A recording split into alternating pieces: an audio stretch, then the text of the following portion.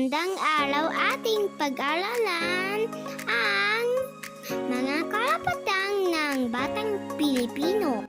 Una, karapatan na sina at magkaroon ng pangalan. Alam mo ba na ang iyong pangalan ay hindi lang basta-basta? Ito ay dapat mo makamit bilang isang bata.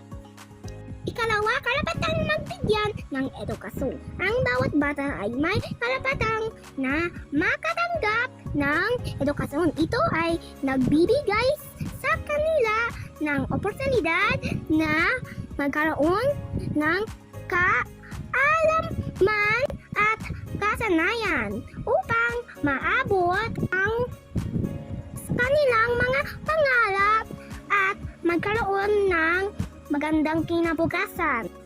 Ikatlo, karapatang magkaroon ng sapat na pagkain. Lahat ng mga bata ay may karapatan na magkaroon ng sapat na pagkain. Ito ay nagbibigay sa kanila ng lakas at enerhiya upang lumaki at magampanan ang kanilang gawain.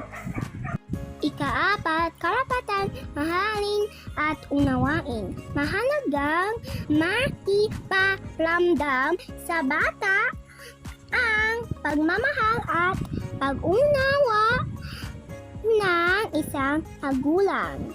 Ikalima, karapatang maggalo at magsaya.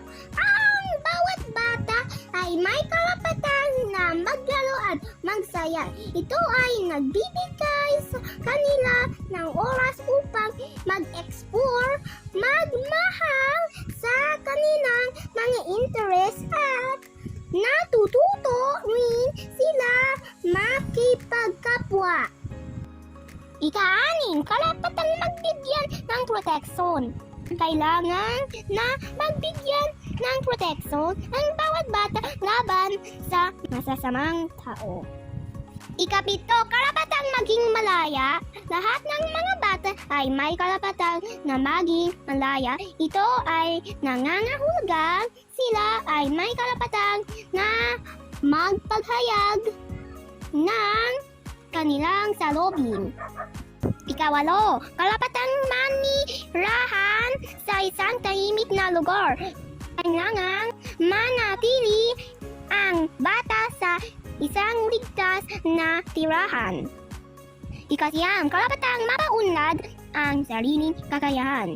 May kanya-kanya kakayahan ang bawat bata, anuman ang kanyang natatanging kakayahan. Karapatang ng bata mapaunlad ito upang maging matagumpay sa buhay. Tapos na ang ating pag-aaral